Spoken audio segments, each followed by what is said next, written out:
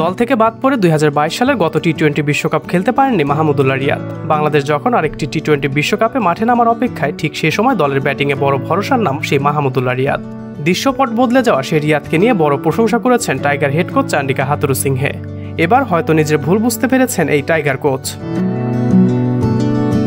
বিসিবির এক প্রকাশিত ভিডিওতে বিশ্বকাপ স্কোয়াডে জায়গা পাওয়া ক্রিকেটারদের নিয়ে নিজের সংক্ষিপ্ত মতামত তুলে ধরেছেন হাথুরুসিংহে, যেখানে রিয়াদকে দলের স্পিরিট বলে তকমা দিয়েছেন তিনি।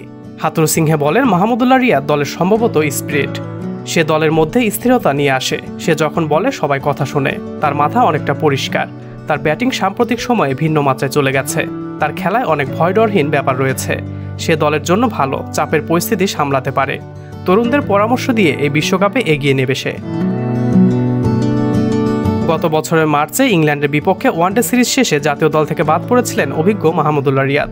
টি-20 দল থেকে বাদ পড়েন তারও আগে।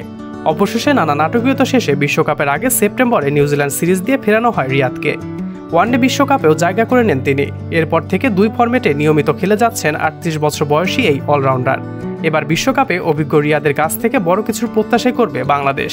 এখন দেখার অপেক্ষা রিয়াদ সেই প্রত্যাশা পূরণ করতে পারেন কিনা।